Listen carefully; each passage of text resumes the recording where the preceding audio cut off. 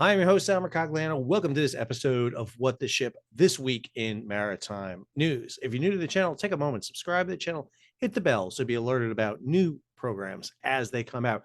All right, we're going to review the top 5 stories in the maritime sector. A lot going on across the board. All right, let's go ahead and jump into story number 1. Story number 1 brings us to beautiful England, the port of Felixstowe on the East Coast.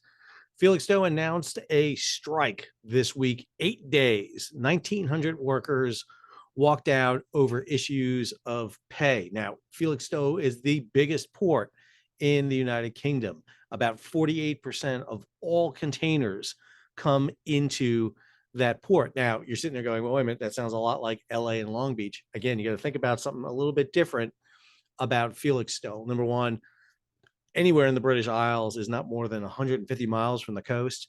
So ports are vitally important to it. But more importantly, Felixstowe is a transfer port. A lot of goods that go into Felixstowe don't stay in the Felixstowe, but get loaded onto smaller feeder ships for distribution around Europe, and many get transferred on the ships that are heading over to the United States. This story goes on to talk about it. About 37.4 billion pounds, about $44.2 billion worth of goods last year went through that port. So we're talking about 10 billion tons worth of goods that are being affected here right now. And obviously, the big issue here is wages and salaries. Go in here, we look at this. The effects of Felixstowe strike reach beyond local delays is a story from Maritime Executive, and this is true. What we're going to see here is the domino effect heading down to these feeder vessels. More importantly, ships coming across the United States are going to be impacted. But more importantly, we're already seeing strikes in northern German ports, Hamburg and Bremerhaven. This is putting all northern European ports at red in terms of their heat map. This is going to have impacts down the entire supply chain. Looking at stories relating to this, we're seeing the spot rate drop to a 20-month low, which is great, which means we're seeing those spot rates falling down on shipping. However, one of the things we're seeing is the rates, while they're dropping, are not reflective of a decrease in cargo. This story by Mike Schuller over at G Captain. U.S. ports see another month of gains in July, but pandemic-fueled growth is fading. We are still at record months. Port of LA did that story the other day with Gene Soroka. 5 out of the past 7 months have been record months for the Port of LA. We are coming down off the 2021 high, but we're still really high up there.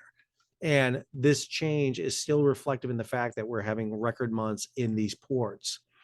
Go on, the ocean carriers are recording their record profits. However, they do see that they're going to begin to fall now. They're on the backside of those windfall profits. Keep going on these stories that are hitting this. Greg Miller's story right here.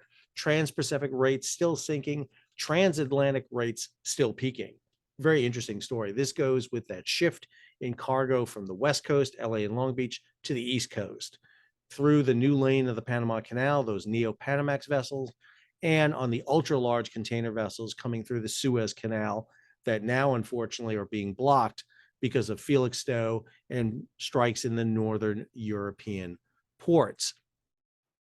Add to this, the retailers are facing an inventory glut as U.S. consumers are ending their 2-year buying spree. This is true. We're seeing consumers buying less, but they're also shifting their buying patterns. This has to do with inflation, recession, and the fact that people are going back to work. Add to this, despite billions in canceled orders, container imports stay near peak. We're still seeing, excuse me, record shipping going across. We're seeing records in not just the West Coast ports, but Gulf Coast ports and even East Coast ports. And you even have an issue like this where New York port truckers are pressing the FMC to issue that emergency order. Did a story about this not too long ago, asking the FMC to step in, use those new powers given to them under the Ocean Shipping Reform Act to declare an emergency requiring the visualization of cargo. Again, we see ports like Los Angeles, Gene Soroka, talking about imports beginning to ease. But again, we're still at these record levels. So strike in Felixstowe, strikes in Northern Europe, falling spot markets, still increased demand. We've got long lines of ships off Charleston, off Savannah, off New York, New Jersey, off Houston. Look at the video I just did the other day about this shift to the East Coast ports. Still have vessels waiting to get into LA and Long Beach. Yeah, we're coming down to where we were last fall. This is not August, September of 2021, but we're much higher than we have been in the past. Where the container market's going to fall out toward the end of this year, beginning of next year, is where you can expect to see the container market really begin to start coming down. But even then, you're going to be laying up container ships, scrapping them, new tonnage coming online. There's ECG, there's environmental concern issues coming in here. There are a lot of factors that are playing into freight rates staying high, staying elevated, well above the pre-COVID levels, and demand for shipping at a record level. Maybe not be at 2021 levels, but much higher than we saw in 2019 and the years before it. Wow. A lot going on with container shipping. All right, let's jump to story number 2. Story number 2, it's been a while, but we have to bring it up periodically here on What the Ship. Piracy. That's right, pirates. Are you kidding me? No. Still have an issue of piracy. But this story I thought really was interesting. Mike Schuler over at G Captain wrote this: shipping industry to remove India Ocean high risk area designation as piracy threat subsides. I am just starting class, as you can tell, looking good for the first day of class. This is the last day you'll see the tie, by the way. But the class, one of the classes I'm doing right now is maritime security, and you can't teach a maritime security class without talking about piracy. And what we're seeing is the traditional piracy off the east coast of Africa, the Somali pirates, Tom Hanks, Captain Phillips, has subsided. The threat is no longer deemed high risk. That means escort vessels, embarked security crews will be being diminished. We'll see them coming down. However, that does not mean that piracy as an issue in terms of ocean shipping is gone. This story over here in Maritime Executive, IMB, the International Maritime Bureau, Maritime Bureau, reported piracy and robberies at lowest level in nearly 30 years. IMB, based out in Malaysia, tracks international maritime piracy, and they've noted that we are at the lowest level we've been since 1994, which is great. However, there's still piracy out there. One of those areas is on the west coast of Africa, off the coast of Nigeria, a very dangerous type of piracy that involves the killing of crews, hijacking of vessels, just a nasty form of piracy. But the other area that they're noting here is in the Singapore Straits. Singapore Straits, Malacca Straits has always been a hotbed for piracy. But this story here, Singapore Straits is an area of concern while global piracy declines. We're seeing that as a big issue. Singapore Straits, Malacca Straits piracy, again, a little bit different. A lot of this involves people boarding the vessels, stealing what they can get their hands on, either from the crew or breaking open containers and grabbing things. Different styles of piracy happen in different areas. If you are interested in this topic, and again, I think it's a really interesting topic, head over here. This is the International Maritime Board Piracy Reporting Center. I mentioned them earlier. This is the site that tracks worldwide piracy. You can see where their issues are. You can actually go to the live piracy map, see where piracy is happening around the world and track it. They keep the historical analysis of it. You'll see off the east coast of Africa, there's nothing here being reported in terms of global piracy. Yet when you come in here, let's zoom in a little bit. You'll see here off the west coast of piracy, a instance of them. And then more importantly, over here, what we're talking about here is in the Malacca Straits and in the Singapore Straits, many more indications here of piracy taking place. As a matter of fact, the Singapore Straits are really the area where you see the most concern with these pirate attacks in the area. So piracy is still an issue on the high seas. It really doesn't disappear at all. A lot of people like to think it's gone even after what happened off the coast of Somalia, but in truth, that went on for many more years, even after we freed Captain Phillips. All right, let's go ahead and jump to story number 3.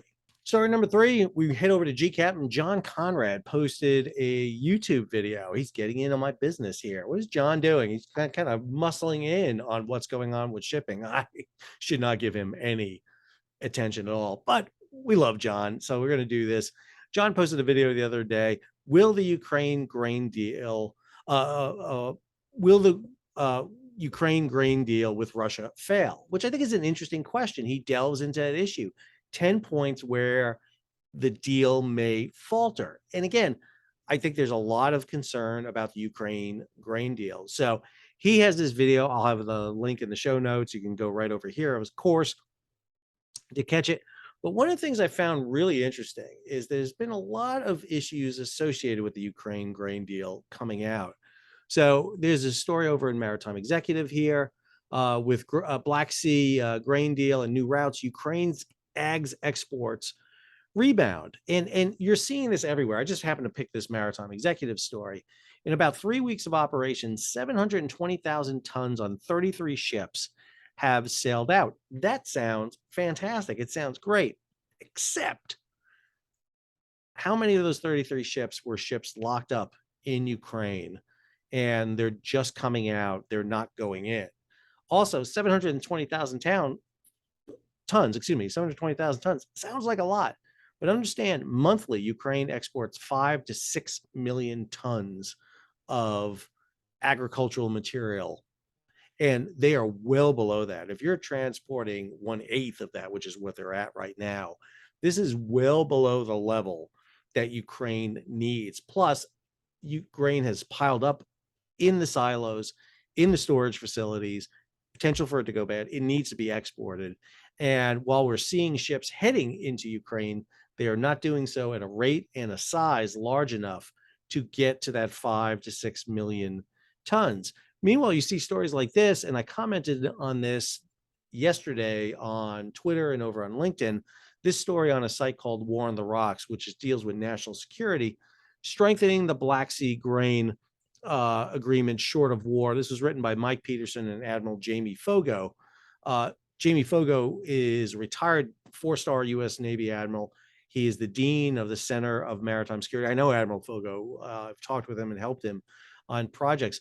They put this piece together on War on the Rocks. And War on the Rocks is kind of this edgy, national security forum where people can go right at. And they did this based on a war game they ran. They love running these tabletop exercises. We saw this with Taiwan not too long ago. Back on August 1st, they ran this at the Naval War College along with the Center of Maritime Security. And they brought in subject matter experts on Russia, strategy, diplomacy, maritime law, civilian mariners. I want to know who these mariners are. I really want to know, because I think they missed a lot of key things that are not in this study. Active duty and retired naval officers. And so they share the results. And I'm just going to scroll down here to the conclusion that they have right here.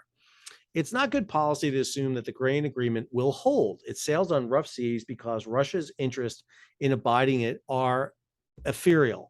As the world watches grain ships in the Black Sea with bated breath, policymakers should be working to shore up the agreement. While the interwoven measures noted here can provide a good starting point from which to do so, they are indicative of the complex nature of the challenge. It will take time to inaugurate them. Preventing Russia from using the deal to extract sanctions relief is a critical priority. But Moscow must be convinced that a coalition of nations is willing to defend the agreement and that leaving it has costs on its own. Nothing but respect for Admiral Fogo and his co-author on this piece. I think they miss a critical issue here, in that the one who benefits the most from this agreement is Russia. Russia has no compulsion to jeopardize this agreement for the following reason. This is a map of the northern Black Sea brought to us by our buddies at Marine Traffic. Here is Odessa. You can see vessels heading in. Here's the Anastasia coming in, general cargo vessel from Palau heading in at this time. There are vessels all in this area. You can see ships out here at anchor, waiting to get in. The Seajoy right here, large bulk carrier from Malta. We see a vessel heading in right here, a Liberian flag vessel heading in. So you see some vessels here. There is movement in and out of the Ukrainian ports. We are seeing that happen. But if you look over here at the Sea of Azov, the absolute myriad of vessels that are coming out of the Russian inland water systems, and that's all fed here by the Volga, the Don, and the Caspian. Russia is the biggest beneficiary of this deal. If they agree not to hit the Ukrainian vessels that are carrying vital food out, well, then the Ukrainians are not going to hit Russian vessels carrying out essential food. Remember, Russia's lost the cruiser, the Moskva. They've lost Snake Island.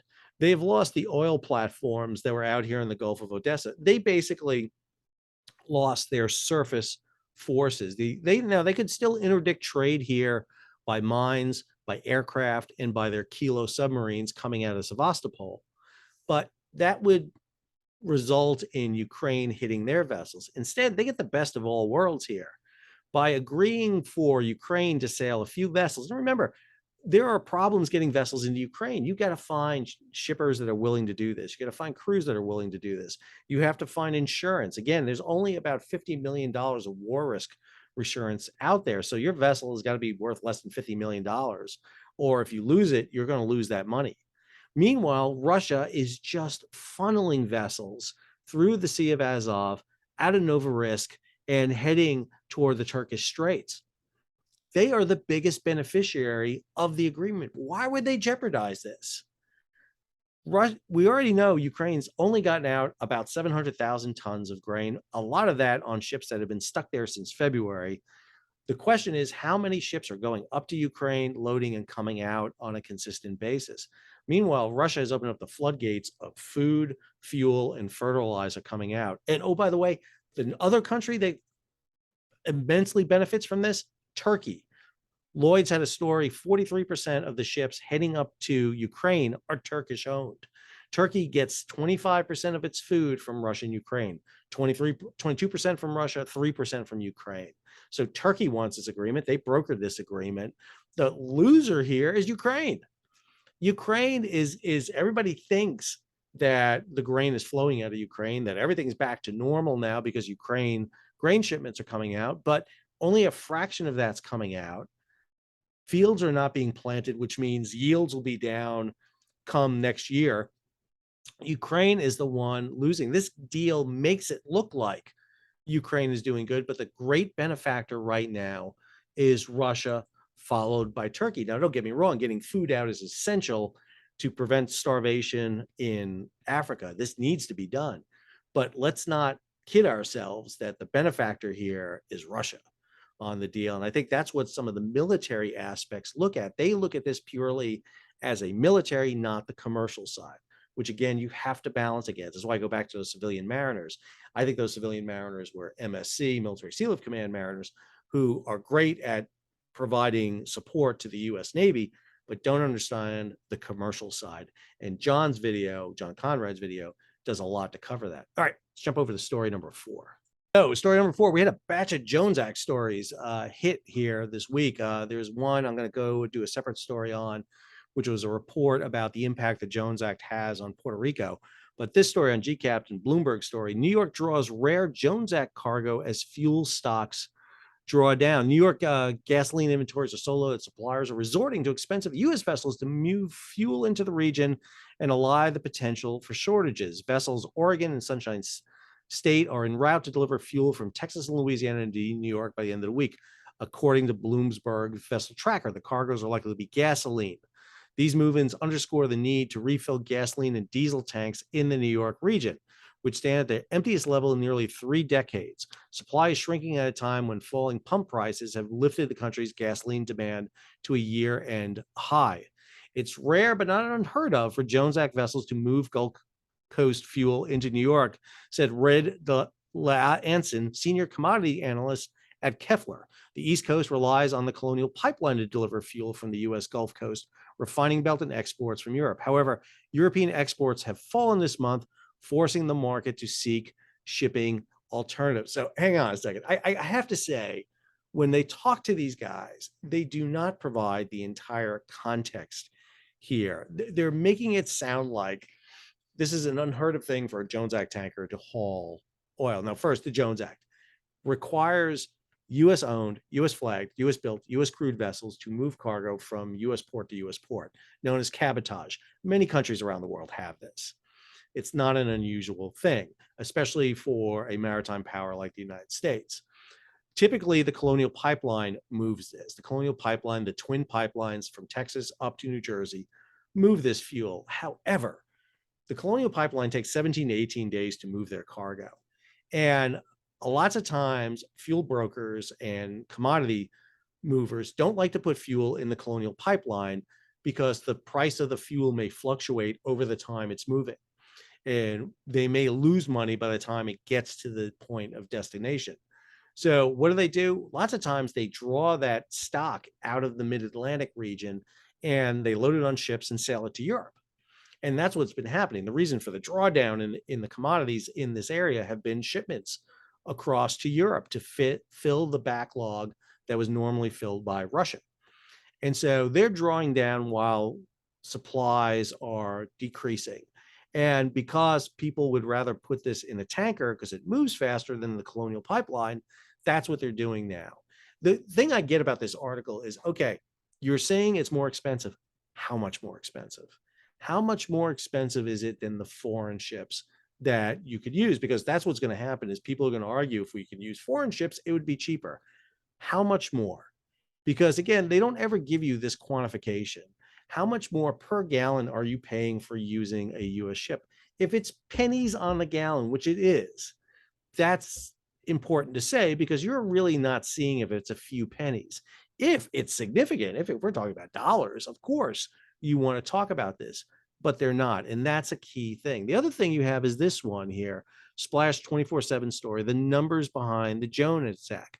John McCowan over at Blue Alpha Group wrote this piece talking about this, about the continual attacks against the Jones Act, and specifically the issues of Cato, which is made it their mission in life to really go against the Jones Act. And I think there's a lot of reasons behind that. You know, myself and Cato go toe to toe about this all the time. I do it because I have a philosophical belief that the US should have its own merchant marine. Cato does it because they're funded to do it. And so that's why they come out with it. They argue libertarianism all the time, yet they don't argue what would actually be the cheaper thing for a lot of the people coming their way. This piece is a really interesting one on the Jones Act. And in this case, John really takes them to task for, as he says here, their so-called analysis has crossed the line from just hyperbole to an analytical chicanery and mathematical impossibility. Wow. You know, when you're talking about hyperbola and analytic chicanery, that's pretty good. I'll have the link to this in the show notes so you can go ahead in using it. He even makes this point here about gasoline moving from the Gulf Coast here. The first instance involved using someone else's report claiming the Jones Act added 10 cents per gallon for gasoline moved from the Gulf Coast to New York Harbor. The same report, however, had data that it analyzed correctly showed that the net difference was no more than 2.38 cents per gallon. Cato then compounded an error, overstating the per gallon cost by 4 times, applying that not to just the 7.3% of gallons that move by Jones Act tankers, but to all gasoline consumed on the East Coast. So John does a great job. He is an analytical whiz at looking at numbers. And so, you know, if we're talking about 2-3 cents per gallon, and those tankers then are available for use by the military in time of war, they're a backfill for us in case the Colonial Pipeline gets hit by, I don't know, a cyber attack, like that can happen. Then you have this kind of duality, and we're not over reliant on one means to provide transportation for our strategic resources. Sounds doable. I pay more than 2 cents per gallon on many taxes all the time. And I don't like paying taxes at all. But, you know, part of being a civilized society is having to pay for national defense. All right, let's look at our last story for today. Story number 5. So story number 5. So last summer I was down in Pensacola, Florida for a conference when this event took place. And it taught me a lesson that when I travel, I need to bring my mobile studio with me because videos will happen on the road that I have to do, hence my ability to film my video in Hawaii. But back in this story, there was a explosion in the port of Jebel Ali in the United Arab Emirates last year. And this report came out. Mike Scholler did the story here. A Dubai court convicted the captain of the motor vessel Ocean Trader and four other in connection to last year's fire and massive explosion. Incident took place on July 7th after the Ocean Trader had loaded containers for export, including three that had contained hazardous organic peroxide.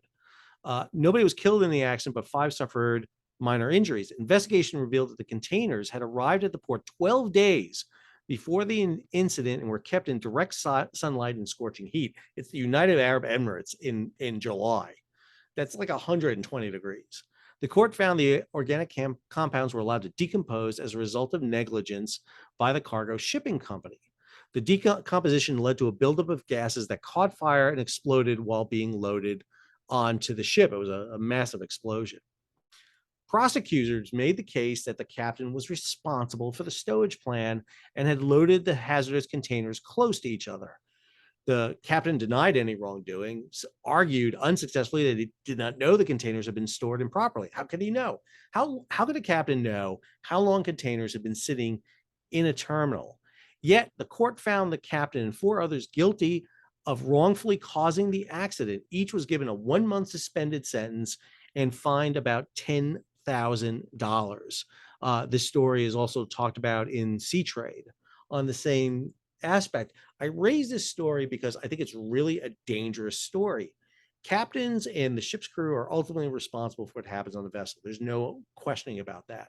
However, they take for granted the cargo they're receiving at the dock is documented and maintained when it arrives. We don't, when you load a container ship, open the containers.